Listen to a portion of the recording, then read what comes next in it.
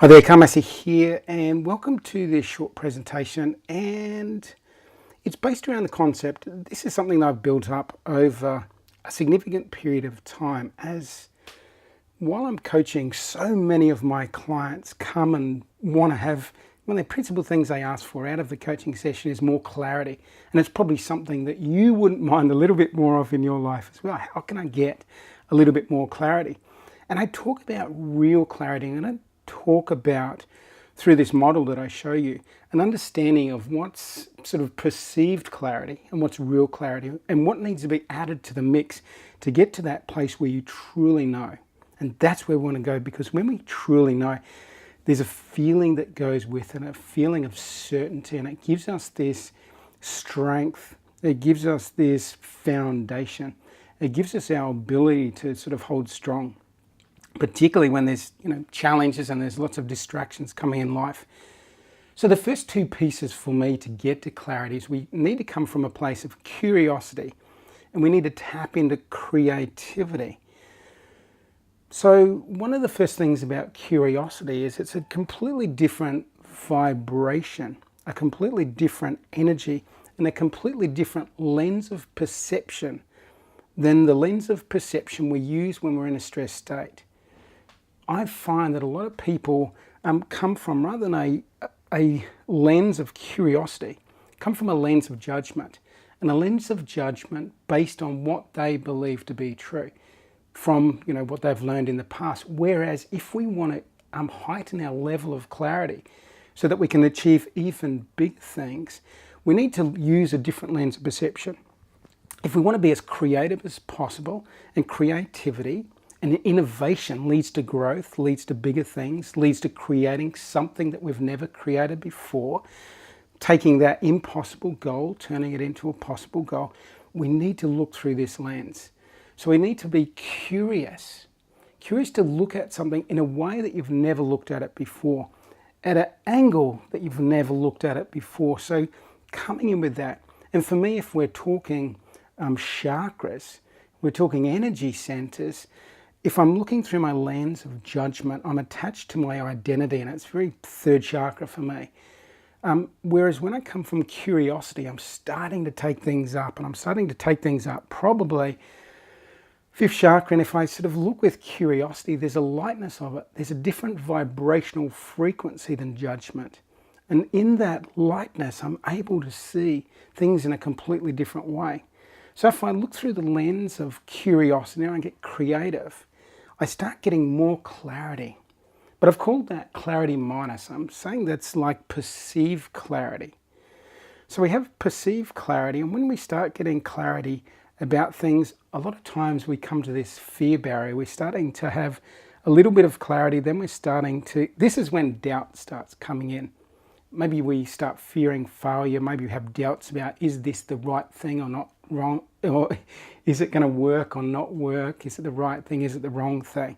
So we've only got a little bit of clarity there, and that little bit of clarity may cause us to sort of back off from that fear barrier, step back into the known, the certainty, the things we've always done before. So before I talk about how to move beyond that fear barrier, I'm going to back up a little bit and talk about we need to be in a coherent emotional state in order to tap into curiosity. So if I'm in a fear state, if I'm in my sympathetic nervous system, my fight or flight, if I'm in that fear state, I don't have access to curiosity. I don't have access to creativity, because both of those, looking at from a neuroscience perspective, are frontal lobe activities. Cortex, upper brain, the front of the cortex.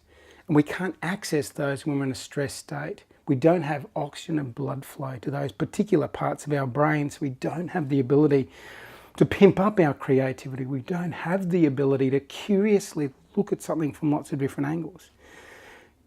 So we need to be in the right emotional state to tap into curiosity, to tap into our creativity, to start taking our clarity. But here's the thing, and here's the thing I work with most of my clients on, is helping them get into there, but then telling them the next step. The third sort of instrumental piece in this process is courage. we need to have the courage to step forward. And they don't need to be big steps. Courage to take small steps. Courage to step into somewhat of the unknown. Because we haven't got absolute certainty, we have to courageously step into something with the belief that we will be okay. And what I'd say is, the thing that gives us this enhanced level of clarity, real clarity, is having the courage to step forward, which gives us feedback. And it's only with that feedback that we can truly know whether the thing we've dreamed up is actually going to work or not work. When we step into it and we get feedback, so when we step in courageously and we get this feedback, we get more and more clarity about what's working and what doesn't work. But we need to have the courage to try. And the thing I teach my clients and teach in all my workshops is there's no such thing as failure, there's only feedback. And we don't get that feedback until we move forward courageously. So I can have all my ideas, I can have all my dreams, but if I don't step forward and plug into a bit of courage, it allows me to step forward with purpose, with determination, with tenacity, then I'm not going to get the feedback and I'm not going to have that clarity. And it's only with that level of clarity that I can really start going for elevated results. And I can start going for results that I've never experienced before. Because if I stay with certainty, if I stay in the safety zone, I'm always going to get what I've always got before. In order to get new results, in order to have an experience that's beyond anything you've had before, you need to step out of your comfort zone. You need to step across that fear barrier. You need to tap into courage. And with that courage comes feedback. With that feedback comes clarity. With that clarity comes better choices. And with better choices comes those elevated results. So there you go. This is a model I work with my clients to great effect, to get them to move forward, doing things that they've held back from before, getting them to tap into more curiosity and creativity, create greater clarity, create greater plans, create greater ideas, helping them to make sure that they're in the right emotional state to optimize that experience. And what I tell people is it's not confidence that they need, it's courage. Confidence is a byproduct of living a life courageously. So if you've got any questions on that, don't hesitate to ask. Just leave your comments or send me a message, a personal message, or email directly if you've got something specifically you want to talk about. If you want to work with me one-on-one, just reach out. I'd love to work with you. So there you go. Enjoy that presentation. Enjoy the insights there.